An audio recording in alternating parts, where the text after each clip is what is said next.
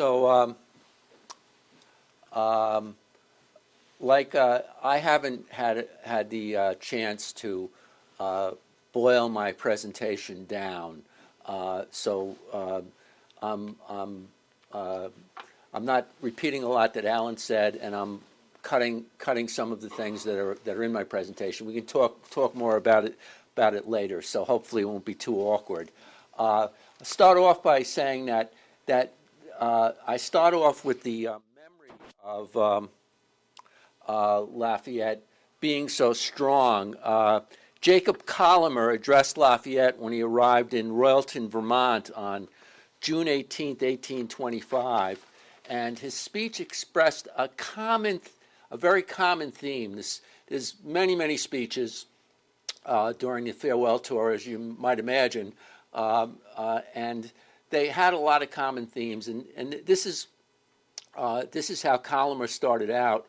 We know no way of rendering this welcome more acceptable to our nation's guest than by assuring you that every little town and village, however remote and obscure in the mountains which environ it, is happy in the care and protection of the government, in the full enjoyment in common with our splendid cities of all those privileges, blessings which flow from the liberality of our Republican institutions.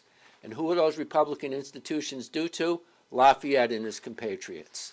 That's the most common greeting that Lafayette gets as he goes from one place to the other. And you'll find that in Vermont, which was the last state that he managed, they kind of pare back the detail. They don't describe, because they're saying, you've heard this so many times before. We want to say something unique. Now, Collamer's young daughter, I think she was about 6, and I don't have her picture, saw Lafayette that day. Later in life, Mrs. Harriet Collamer Johnson wrote, "Of all the pictures that hang on memory's walls, none is more vivid to me today than the scene of Lafayette's visit to my native village, Royalton. I stood holding my mother's hand in the front door of my old homestead and saw a carriage drawn by 6 white horses with a venerable gentleman bowing left and right to the crowd." Now, it's worth pausing here for a moment to consider what the world was like. Like if you were somebody who read the newspapers, what you would have been thinking about as the state of the world. There's a note about a fellow named James Rogers being executed in Pernambuco in Brazil after failing to get a pardon from Emperor Pedro. And we also learned that Portugal has granted Brazil its independence.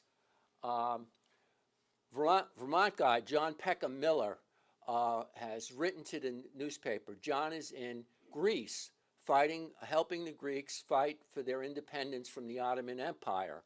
And essentially the advice that he gives is, don't come to Greece if you don't know how to support yourself, because that's where people who want to fight in the cause of liberty are going. Lord Byron died in Greece in 1824. Peckham Miller had high praise for the tenacity of all the Greek people, including women and children. Peckham will come back. Miller will come back to Vermont, where he's a notable abolitionist, very high level. He doesn't have a really long life. Otherwise, he would have accomplished a lot more if he'd gone into the 1850s. We won't get into this one too much. This is the Creek Indians in Georgia. One of the chiefs was killed by other chiefs for signing a land cession treaty they viewed as unauthorized. This is part of what's going to be the Trail of Tears when the Indian Removal Act comes through. It wasn't just Cherokees, it was a number of other tribes. Emperor Zong, I can't pronounce it, I'm sorry. Okay, so the report is the emperor wants to build another wall to the south because he's worried about the British who are taking over Burma. Burman, like all states and empires in India which have been invaded by the British arms, appears doomed to be added to the already enormous domain of the British Company in India. Now, the main running national news story also, this is all from, this is what people would have recently read in the papers when they're seeing Lafayette at the end of June. And this is the big story, is what's happening with Lafayette. Where is Lafayette and what's happening? And we learned that on the Ohio River, 150 miles below Louisville, the mechanic ran foul of a snag and sunk in about 15 minutes. That's commemorated by one of our Lafayette tour signs. You may have seen one of these. Hopefully everybody's seen a couple. There's one in Woodstock on the green. There you go. Okay. To understand the full context of Lafayette's life, you would have to have a really deep knowledge, much more than I could ever have, of French, American French, and general European history during the period from the time of the American Revolution up through up through 1840. Lafayette has three revolutions to his credit. The 1789, and then American Revolution, 1789, and then 1830. The summary, though, of this record would be that Lafayette is as close as you can get to universally beloved in the United States. In Europe, not so much. Okay. Now, this is an example of someone who did not like Lafayette. Clemens von Metternich, he was going to make the world safe for absolute monarchy. Henry Kissinger was a great admirer of his. Henry only died like a couple of years ago. He lived to be over 100. But Metternich's diary entry on May 28th, 1834 was, "Lafayette is dead. Too late for the world. I am disgusted to see the Monitor pronounce a eulogy over him." Metternich referred to the Monroe Doctrine as an indecent declaration. So essentially, one of the things we lack in the United States is a hereditary aristocracy and a sense of divine right of kings, and well.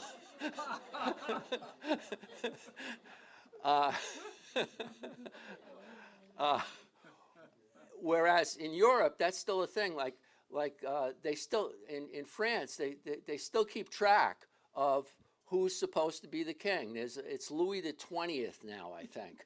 So if they decide to restore the monarchy, they know who it is, so at any rate. Sarah Vowell, and after Allen's book, this is the book you got to read about Lafayette's visit to the United States. It's kind of done very lighthearted, and it references a lot of what's going on now, comparing it to Lafayette.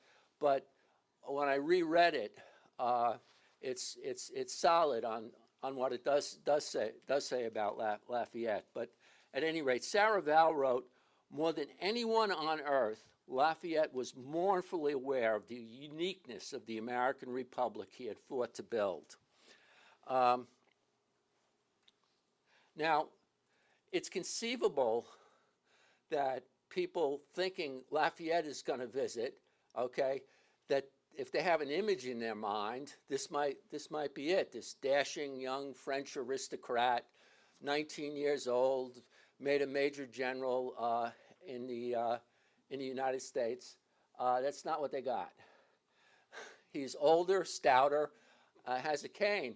And as far as we know, okay, there's one statue of Lafayette that reflects this, and it's in Burlington. It's in Burlington, Vermont, at the University of Vermont. And they keep stealing the cane. It's been stolen twice. But he laid the cornerstone of an extension to a building at the University of Vermont when he was there on June 29th of. And by the way, we're going to that cornerstone laying will be reenacted, and the final event we're going to get on the Ethan Allen as a group and take off into Lake Champlain just like Lafayette did. We're going to come back though. So if everybody wants to look at Lafayette200.org, you'll find all the events that are scheduled everywhere, but particularly in Vermont, and you can sign up for the boat ride. That's one of the few events that isn't free. At any rate, as Alan mentioned, there's a Lafayette enthusiasts have this idea of Lafayette as a rock star. I have one of these shirts. You got him there, Lafayette with the guitar, and a very partial list of the stops on his tour. You can get this on Lafayette200.org, and that's the rock star image. Now, I have two problems with the rock star metaphor. Now, the first is that when Lafayette arrived, he did not put on a show for the community. The community put on a show for Lafayette. After the big speech from the most eminent person available, he said a few words of thanks, shook hands and reminisced with the veterans, whom he invariably remembered, kissed the ladies on the hand, and told the militia he had not seen finer troops anywhere. The second problem with Rockstar is that it's inadequate to show how much people appreciated Lafayette. Governor Van Ness escorted Lafayette during the whole 2 days he was in Massachusetts, Vermont. Yeah, I'm sorry. During the 2 days he was in Vermont, he escorted him all the way. I believe this speech was the one he gave when he first got off the boat after he crossed the bridge from Cornish and he's in Windsor. Permit me to tender to you the congratulations and hospitalities of the people of the state on your arrival within its borders. In the performance of this welcome duty, sir, the first and most pleasing point which presents themselves are the character and occurrences which have distinguished and adorned your life, your public and your private virtues, your exalted and inflexible patriotism, your ardent and uniform devotion to the great cause of liberty, and above all, as it regards us, your noble zeal, your disinterested sacrifices, and your eminent services in that memorable struggle which resulted in the establishment of the independence of the United States. But to dwell minutely on these would be a repetition of what has been said 1,000 times before. If you read a speech early in the tour from Boston, they'll dwell minutely on them. They'll go through all the battles and that type of stuff. But it has been reserved to an hour in which our own soil has been hallowed by your tread, for them to pour out without measure the libations of their gratitude and their affection, that these are now rushing forth from their overflowing fountains in torrents behind whose rapidity any language of mine can but lag, is sufficiently seen in the intense and adoring gaze of the crowd by which you are surrounded. So Lafayette wasn't being greeted as a rock star. He was being greeted as a superhero.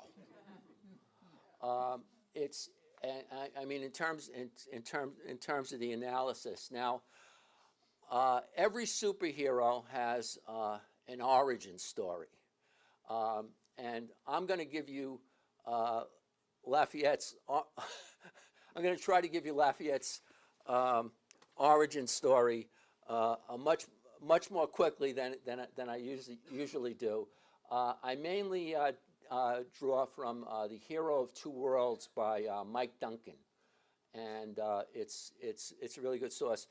The thing is, though, I read multiple biographies, and I can't remember what I got from one, from one or the other. But this is one of the most recent. Lafayette was born in 1757. His father is a kind of a member of the sword nobility, which is the most prestigious, but he's not that big a deal. But he does have ancestors going back to the time of Joan of Arc that fought for the king and quite frequently died, as Lafayette's father did at the Battle of Minden. Because of that, Lafayette is going to be raised by his grandmother and some aunts out at the Chavanac, where his father lived, while his mother leaves behind the 2-year-old kid and goes to Paris to live with her grandfather. Now, I tend to think of Chavanac as Smallville and Paris as Metropolis. So Lafayette is raised by his grandmother, and he's the Marquis. He's the little lord of the manor. He walks around. Everybody tips their hat to him. He's like it, and his conceptions are, I'm going to do something glorious in my life. He always had that feeling from his earliest life that he would do something. And of course, being the Marquis, he's responsible for protecting his people. And at this time, the general region is being terrorized by this animal that it was a real thing. Nobody's quite figured out what it was, but it had people in terror. It was eventually shot, and they found this body, but they couldn't do DNA tests. So Lafayette, when he's 8 years old, is going out in the forest hunting for the beast of Govardhan. Fortunately, he didn't encounter it. Now, this he's sent to Paris. His mother finally, when he's like 12 years old or so, his mother says, "You got to come to Paris now. We're gonna get you established because you have an absolute monarchy, and that's where all the goodies flow from." So he now goes to Paris, and he does not fit in with the cool kids. He doesn't know how to walk right. He doesn't know how to dance. He's just he's got this idealism. He wants to actually go on active military service, as opposed to like handing a coat to the king's brother or something along those lines. But it's at this point. I'm sorry, I'm not doing my notes, so I can't give you these. He's about 12 years old, and within a month, his mother and his maternal great-grandfather die, and whatever the complex family circumstances are, he is now one of the richest aristocrats in Europe. He's just immensely wealthy. So that makes him the hottest commodity on the marriage market. The Noël's family, who now they live at Versailles, which is like 11 miles from Paris, and they're very high up. They negotiate with whoever who's ever responsible for Lafayette at this point, and they say, "Hey, see, Noel's he's got a problem. This is the mother-in-law. I don't have a picture of the father-in-law. They have this problem because he's got 5 daughters, and daughters you got to provide dowries, which is, but Lafayette is ultra wealthy, and it's like, hey, you don't need that big a dowry and we can give you all this juice, all this influence. So that so here's his mother-in-law. You'll note that she dies in 1794. That's a year that a lot of aristocrats die. She and her sister, and died during the terror from the guillotine. Her daughter, Lafayette's wife, doesn't, because we think because of American influence. At any rate, that's his wife, and unusually for French aristocratic marriages, they fall deeply in love with one another. Lafayette still has affairs because that's required, but there's an intense devotion on both sides, but greatly on her side. She's 12 years old when they get engaged. I'm sorry. Mom says, "Well, we got to wait for a while for them to get married." Lafayette just comes and lives with them in Versailles, and they don't necessarily even tell Adrienne that they're engaged. Just, here's this orphan boy, your father's taking an interest in him, be nice to him.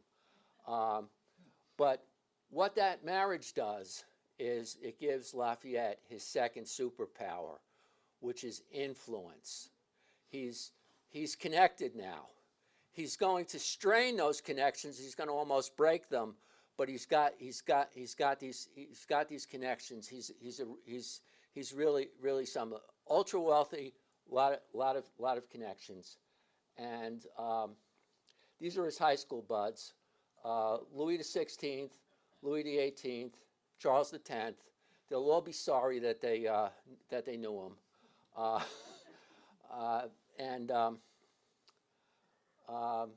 but so Lafayette hears about what's going on in America, gets excited about it, and decides that he's going to go to America.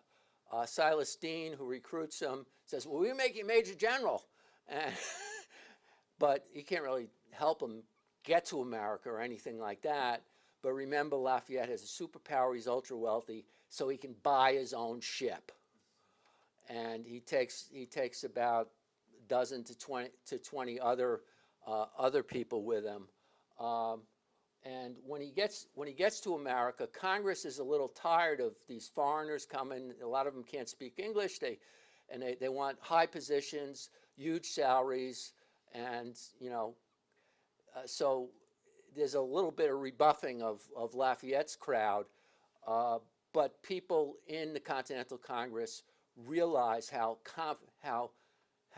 potentially influential Lafayette might be. So they say go to Georgia, and Lafayette says, "You don't have to pay me. I'll serve without paying." They say, "Oh, well, that's good." So they send him to Washington, and I think the instructions to Washington are, be nice to the kid, make him feel important, try not to get him killed. But Lafayette doesn't cooperate in that so much. He ends up being wounded at the Battle of Brandywine, where he does a tremendous job rallying troops, and Washington realizes he's a really great leader and starts using him a lot. And then Lafayette goes back to France, and he's very influential in France, recognizing the United States, allying with it, and sending substantial military help, without which you don't have the United States of America unless there's some other angel out there. And Lafayette is there at the Battle of Yorktown. There's this final blockhouse that's been taken, two blockhouses, and one of them is taken by some of Lafayette's troops, who are led by Alexander Hamilton. And that's it. That's what makes Lafayette a superhero in the United States. He doesn't have to do he doesn't have to do anything else. He's 24 years old. He's got us nailed down, and he has to go. He goes back to France, and a lot happens. There's the French Revolution, the Declaration of Rights of Man and the Citizen, which is I believe still a part of the French Constitution, is written by Lafayette and Thomas Jefferson.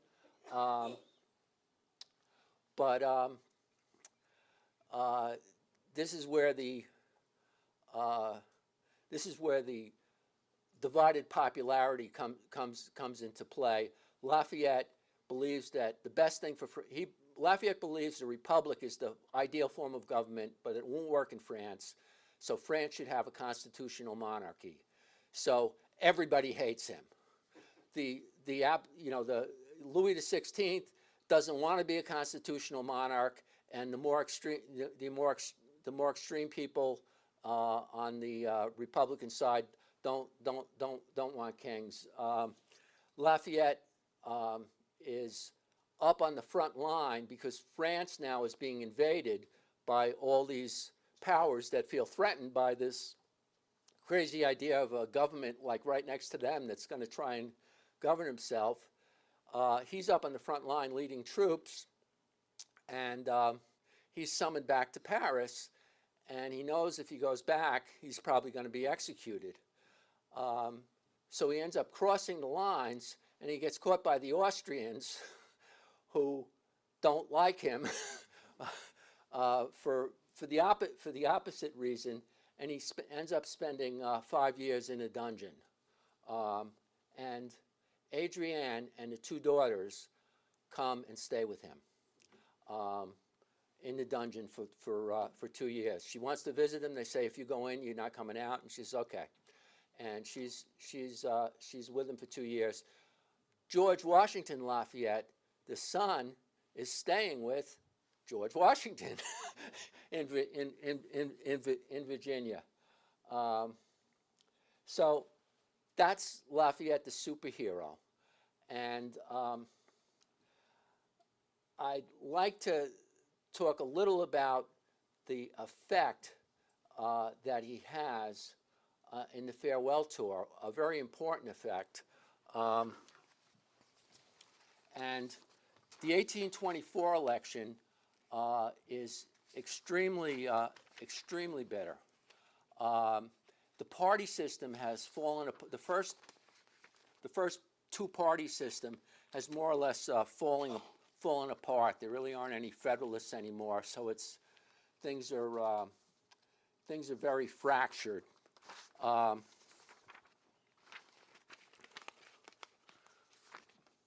sorry, bear with me. There we go. Okay. Things are extremely fractured, and the politics is extremely bitter. Lafayette, there's only so much column space they have in the newspapers. The newspapers are controlled by the newspapers support candidates based on who they get government printing contracts from. So John Quincy Adams is the Secretary of State. So that gets him a couple of newspapers. Andrew Jackson's a populist, so he's coming up from nothing. Henry Clay is in the Senate. I don't know what newspapers he owns, but John Calhoun is the Secretary of War, and so they got to print military contracts in the newspapers. And there's William Crawford. I could never remember him. And the election is extremely bitter and divisive.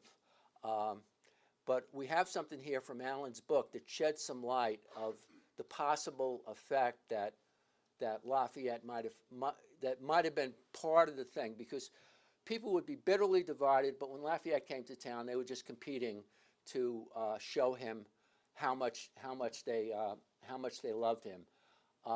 There was talk that there would be that there might be some sort of coup, because nobody takes the majority of the electoral votes, so the election is thrown into the House of Representatives. Henry Clay throws his support to John Quincy Adams, who had fewer votes than Jackson. So John Quincy Adams gets the presidency, and he names Henry Clay as his Secretary of State, which the Jackson people call a corrupt bargain. And they're kind of making noises like they might do something. There might be some sort of coup or something along those lines. But Levasseur then notices that nothing happens. So he asks some of the Jacksonian people, it's like, what happened? I thought you guys were going to do something. And the response he gets is, we were indeed very busy shouting, but our adversaries did not take account of it, and they were right. They have judged us better than we would have wanted them to. Now that the law has spoken, we have only to obey it. We will second Adams with the same zeal as if we had supported him. But at the same time, we will shine a light on his administration, and according to whether it will be good or bad, we will defend it or attack it. 4 years are passed very soon, and the consequences of a bad election are very easy to repair. Yes, I said to him, easier than the consequences of legitimacy or heredity. They left me while laughing, and on the following day, no one spoke of the election anymore. I have a quote from Sarah Val, which I can share with you, but I think I'm running out of time. I would like to quote just a bit from one speech. We have two speeches that were given by women to Lafayette, and one of them was from Mrs. Erastus Watrous, Sarah Isham Watrous. And what I found very touching was that they saw that Lafayette was this old guy. So she closes with, accept, dear General, our united aspirations for your health and long life, that with you may the evening of life be peculiarly pleasant, like the setting sun after a glorious day, sinking gradually and throwing back increasing beauty and splendor with every expiring beam.